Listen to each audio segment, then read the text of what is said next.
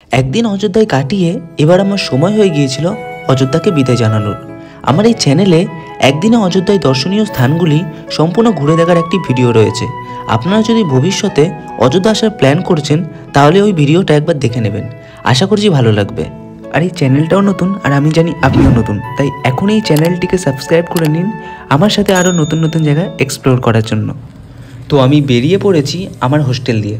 এই হলো আমার হোস্টেল, যেখানে আমি একদিন খুব ভালোভাবে কাটিয়েছি। আপনারা যদি কেউ একা অযোধ্যায় আসেন তো এই হোস্টেলটায় থাকতে পারেন। নাম্বারটা আমি স্ক্রিনে দিয়ে দিলাম। আসার আগে কিছু জানার থাকলে ফোন করে জেনে নিতে পারবেন। স্টেশন দিয়ে বেরিয়ে বাঁদিকের এই রাস্তাটা দিয়ে 3 মিনিট হাঁটলেই ওই হোস্টেলটা চলে আসবে। এই স্টেশনে আমি এসে গেছি, এবার টিকিট কাটবো এখান থেকে বারাণসী জংশন যাওয়ার জন্য। অযোধ্যায় যখন প্ল্যান বানাচ্ছিলাম তখন ভেবেছিলাম একবারে বারাণসীতে গিয়ে কাশী বিশ্বনাথ মন্দিরটাও ঘুরে নেব, কিন্তু প্ল্যান বানানোর পরেও ট্রেনের টিকিটটা কাটা হয়নি। তাই আমি এখন টিকিট কাউন্টারে যাচ্ছি একটা জেনারেল কামরার টিকিট কাটার জন্য।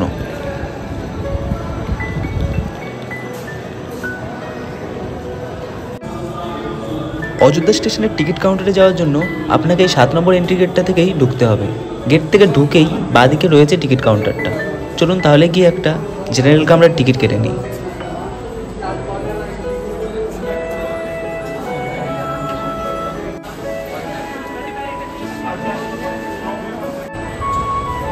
এই যে হলো আমার অযোধ্যা থেকে বারাণসী যাওয়ার টিকিট, আর এই টিকিটের দাম হলো মাত্র 75 টাকা।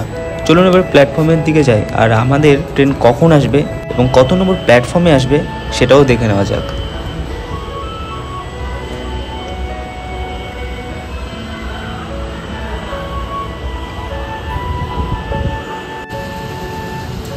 আমার ট্রেন এখন রয়েছে সোহাওয়াল বলে একটা স্টেশনে। এরপরে ট্রেনটি অযোধ্যা ক্যান্টনমেন্টে দাঁড়াবে, তারপর অযোধ্যাধাম জংশনে আসবে। মোবাইলে দেখাচ্ছে ট্রেনটি 8 মিনিট লেটে চলছে, তাই এখানে একটু বসে সময় কাটাচ্ছি। স্টেশনের এই জায়গাটায় বসার খুব ভালো ব্যবস্থা করা রয়েছে। তো আমার ট্রেনের অ্যানাউন্সমেন্ট হয়ে গেছে, 1 নম্বর প্ল্যাটফর্মে ট্রেনটি আসছে।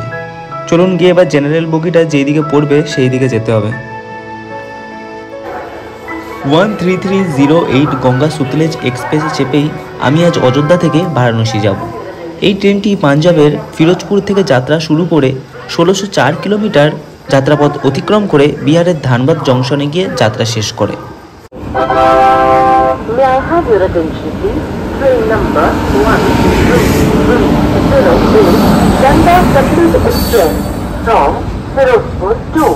Dhanbad is arriving on platform number 1। कृपया ध्यान दीजिए, गाड़ी संख्या 1330 गंगा सतलुज एक्सप्रेस फिरोजपुर से चलकर धनबाद को जाने वाली कुछ ही समय में प्लेटफॉर्म क्रमांक 1 पर आ रही है। ট্রেনটি প্ল্যাটফর্মে দাঁড়াতেই দৌড়ে এসে একটা সিটে বসে গেছি। এই ট্রেনটি প্রতিদিন দুপুর 1:47 অযোধ্যাধাম স্টেশন থেকে ছেড়ে 190 কিলোমিটার যাত্রাপথ অতিক্রম করে রাত 8:30টায় বারাণসী জংশনে পৌঁছে দেয়। তো এখন দুপুর 2:30 বাজে, আর ট্রেন অযোধ্যাধাম স্টেশন থেকে ছেড়ে দিয়েছে। এখন নির্ধারিত সময়ের থেকে 43 মিনিট লেটে চলছে গঙ্গা সতলেজ এক্সপ্রেস। জেনারেল বগিতে যাত্রা করা সত্যি অনেক কষ্টজনক। আমার কিছু সহযাত্রী যারা ফিরোজপুর থেকে চেপেই আসছিল, আর তাদের গন্তব্য ছিল বিহারের সাসারাম। তাদের মুখ থেকেই শুনলাম গতকাল রাতে তাদের কারোর ভালো করে ঘুম হয়নি। ট্রেনে এতটাই ভিড় হয়েছিল যে রাতে অনেক মানুষ ট্রেনের পাদানিতে শুয়ে পড়েছিল। তারপর ভিড়টা কমেছিল বারেলি জংশন স্টেশন আসার পরে। এখন ট্রেনে একটু ভিড় হওয়ার কারণে উঠে আর গেটের সামনে যেতে পারলাম না। উঠলেই সিটটায় অন্য কেউ এসে বসে যাবে, তাই বসে বসে জানলা দিয়েই বাইরের ভিউ দেখছিলাম। বিকেল 4টে বাজে, আর ট্রেন গোসাইনগঞ্জ স্টেশন থেকে ছাড়লো। অযোধ্যার পরে এই ট্রেনটির প্রথম হল্ট হলো এই গোসাইনগঞ্জ স্টেশন।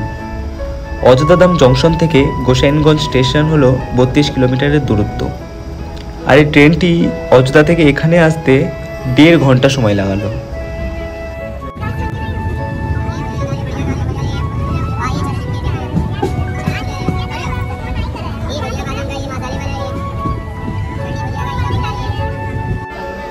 গোসাইনগঞ্জ থেকে ট্রেন ছাড়ার পরে সিটে বসেই কিছুক্ষণ ঘুমিয়ে নিয়েছিলাম।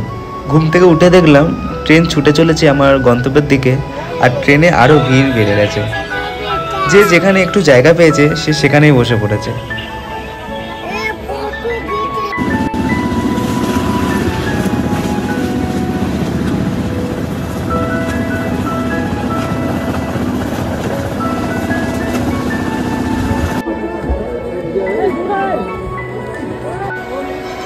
অযোধ্যা থেকে 190 কিলোমিটার যাত্রাপথ অতিক্রম করে ফাইনালি এসে পৌঁছালাম বারাণসী জংশনে।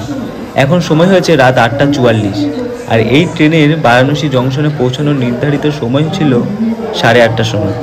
নির্ধারিত সময়ের থেকে 14 মিনিট লেটে পৌঁছালো আজকের গঙ্গা সতলুজ এক্সপ্রেস। धन्यवाद। May I have your attention, please? Train number 13308. এই বারাণসী জংশনে প্রতিদিন হাজারো মানুষ আসে মন্দিরের শহর বেনারস বা বারাণসী ঘোরার জন্য। হাজারো ছোট বড় মন্দিরের মধ্যে এই বারাণসীতেই রয়েছে 12টি জ্যোতির্লিঙ্গর মধ্যে একটি জ্যোতির্লিঙ্গ কাশী বিশ্বনাথ মন্দির।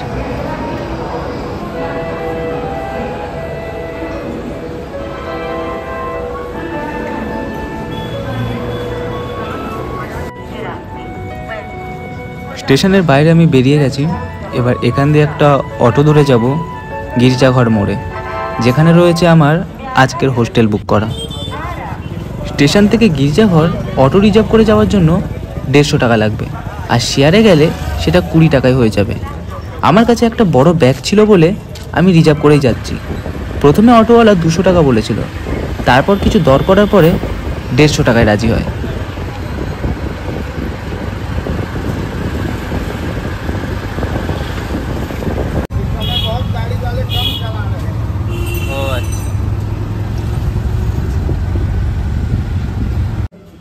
আজ আমি যেই হোস্টেলটায় থাকবো সেটার নাম হলো ম্যাড স্কোয়ার হোস্টেল, যেটা গির্জাঘর মোড় থেকে মাত্র 8 মিনিটের হাঁটাপথের দূরত্ব।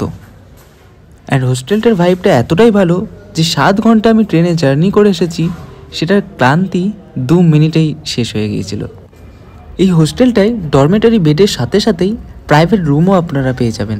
প্রাইভেট রুমগুলোর ভাড়া 1750 টাকা থেকে স্টার্টিং, আর ডরমেটারির ভাড়া হলো 550 টাকা দিয়ে স্টার্টিং। এছাড়াও রয়েছে এখানে একটা ইউনিক ক্যাপসুল ডরমেটারি, যেটার ভাড়া 840 টাকা। আমি ক্যাপসুল ডরমেটারিটাই বুক করেছিলাম, কিন্তু ওখানে এসি কাজ করছে না বলে আমাকে ওনারা এই 8 বেডের একটা ডরমেটারিতে থাকতে দিলেন। তো এই ডরমেটারিটাই আমি আগামী 2 দিন থাকবো। এই হলো লকার, যেখানে আমি এখন লাগেজ টাগেজ আমার সব রেখে দেবো। আর এই বেড, সাইডে সুইচ বোর্ড আছে চার্জ ফার্জ করার, এই হলো বালিশ, আর এসি তো লাগানোই আছে, আর এই ব্ল্যাঙ্কেট এখানে ঠান্ডা লাগলে। এখানে এসে 3 জনের সাথে আমার আলাপ হয়, আর তারা এতটাই ফ্রেন্ডলি আর এতটাই ভালো যে 5 মিনিটে তারা আমাকে তাদের বন্ধু বানিয়ে নেয়। অ্যান্ড রাতের ডিনারটাও আমি তাদের সাথেই করছি এখন। আমি কোনোদিনও ভাবিনি যে কোনো এক অজানা জায়গায় গিয়ে কোনো অচেনা মানুষের সাথে 5 মিনিট আলাপের পর এমনিভাবে বসে ডিনার করবো তাদের সাথে। এটাই হলো সোলো ট্রাভেল করার একটা উপরি পাওনা, নতুন নতুন লোকের সাথে আলাপ হওয়া, তাদের সাথে ফ্রেন্ডশিপ করা। তো যাই হোক, আজ এখানেই শেষ করলাম। ভিডিওটা কেমন লাগলো জানাবেন, আর চ্যানেলটা নতুন, সাবস্ক্রাইব করে পাশে থাকবেন।